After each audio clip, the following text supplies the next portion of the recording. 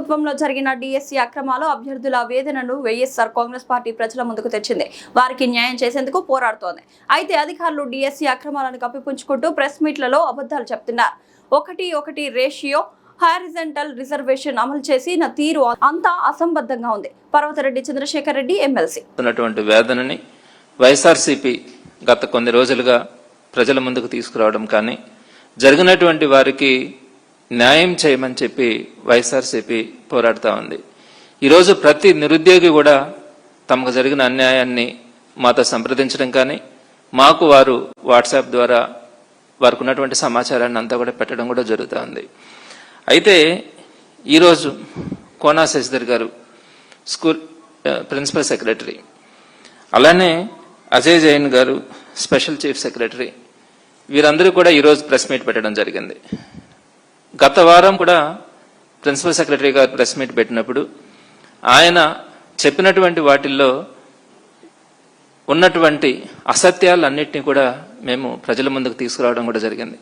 అదేవిధంగా ఈరోజు మాట్లాడినటువంటి అంశాల్లో కూడా వారు అన్నీ కూడా అసత్యాలు మాట్లాడడం కూడా జరిగింది. ఒక అరగంట ముందే వారి ప్రెస్ మీట్ పూర్తి కావడం కానీ ఆ ప్రెస్ మీట్ వినిన తర్వాత ప్రజలకు వాస్తవాలు తెలియచేయాలన్న ఉద్దేశంతో ఇప్పుడు సమయం రాత్రి 8:30 అవుతున్నా కూడా ఇప్పుడు వైఎస్ఆర్సీపీ ప్రెస్ మీట్ పెట్టి వాస్తవాలని ప్రజల దృష్టికి తీసుకురావడానికి ప్రయత్నం చేస్తూ ఉంది.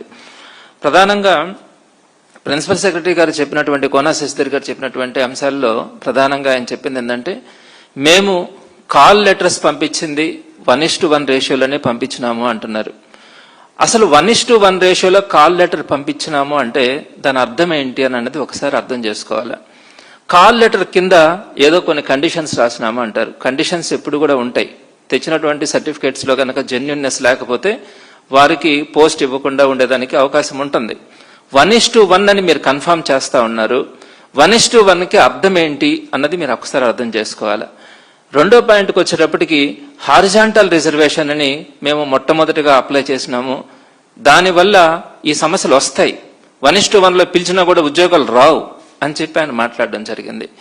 ఇది ఎంత అసంబద్ధంగా ఉందంటే మీకు అంటే ఆయన చెప్పినటువంటిది బేసిక్గా నేను ఆయన చెప్పిన దానికి ఇంకోటి కూడా చెప్తాను. ఆయన ఆర్టీసీ బస్ ఎగ్జాంపుల్ చెప్పినారు. నేను ఇంకొక ఎగ్జాంపుల్ చెప్తాను. వర్టికల్ రిజర్వేషన్, హారిజాంటల్ రిజర్వేషన్ ఇవి రెండు కూడా ఉంటాయి మామూలుగా రిజర్వేషన్ సిస్టంలో.